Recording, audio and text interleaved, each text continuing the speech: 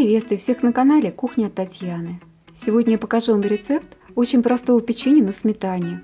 Оно получается очень вкусное, нежное и рассыпчатое. И очень быстро и легко готовится.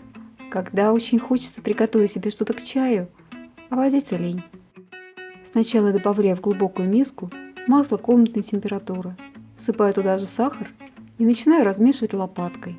У меня масло лежало после холодильника час. Но это зависит от того, какая в холодильнике температура.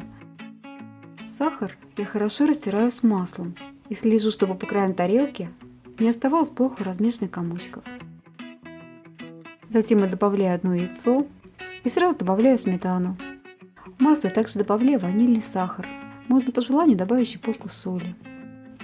Всю массу хорошо перемешиваю, сначала немного лопаткой, а потом венчиком, чтобы комочков не осталось совсем. Также масса при этом становится более воздушной. И начинаю высыпать муку.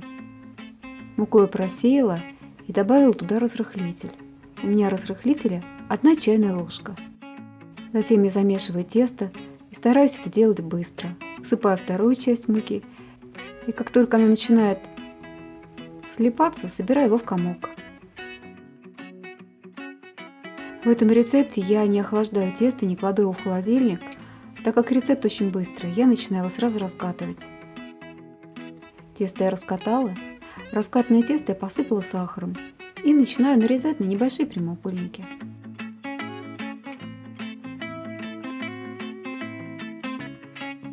Духовку я разогрела заранее и быстро выкладываю печенье на расстоянии друг от друга. Печенье пекутся быстро, у меня не запекались 10 минут. Печенье получается нежное, рассыпчатое, буквально тающее во рту и очень быстро. Если вам понравился мой рецепт, буду благодарна вам за лайки и подписки. Всего самого доброго, пока!